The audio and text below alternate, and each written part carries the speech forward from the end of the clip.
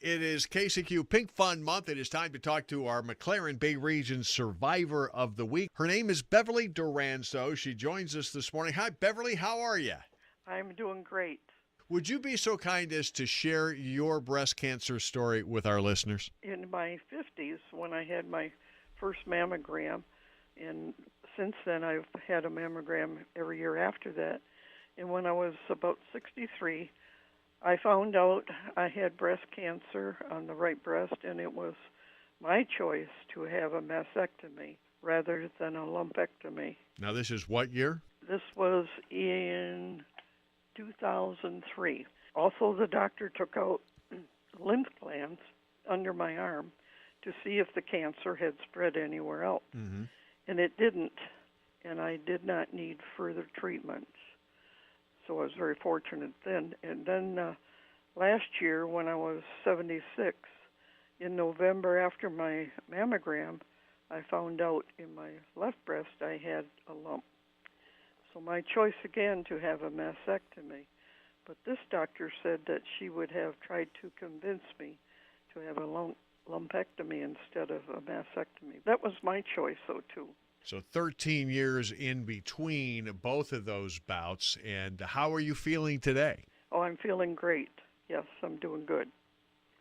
How does your family figure into this when, 13 years, obviously, I mean, you do have children, right? Yes, I have a daughter and a son. Yeah, and were they very supportive during this time? Yes, they both were, and so was my husband. And we talked to Paul when we called the other day, and Paul's a no-nonsense guy. Right. We'll have more with Beverly coming right up. She is our KCQ McLaren Bay Region Breast Cancer Survivor of the Week. At the household, for only the change in your pocket, you can help the Pink Fund provide important financial support for the entire family. Back on the Q lines with Beverly Duranzo. She is our breast cancer survivor this week. Now, your doctor this time said that if she had been your doctor 13 years ago, that she would have talked you into doing the lumpectomy instead of the mastectomy. Do you Correct. think she would have been able to do that, or were you determined it was going to be the mastectomy? I was determined it was going to be a mastectomy. Now, if I could be so bold as to ask why. Well, because I kept thinking, well, what if it comes back? Uh-huh. And I have to do this all over again. Okay. Just get rid of it. I don't need it. My husband says he doesn't need it either.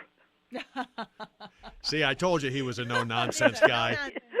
We heard about your choices that you made in 2001 and then again in 2016. Yes. You made those choices. They were hard choices to make, and you were put in a position because of the breast cancer to make those choices. But other folks, other women and men can find themselves in that same position. What would your words of encouragement be to them? My words of encouragement would be mainly to have a mammogram yearly and to make sure that you check your breast and make sure there's no lumps that you're aware of. And some women have dense breasts and they have to get an MRI done, so I was told too. So that's important to have a good checkup. Yeah, that is important, and it's the good checkup part of it. Like follow the guidelines that your doctor sets for you. And how nice was it that you could do this treatment and have your doctors right here in mid-Michigan rather than going out of the city? Yes, I was very fortunate, and I appreciate both the doctors.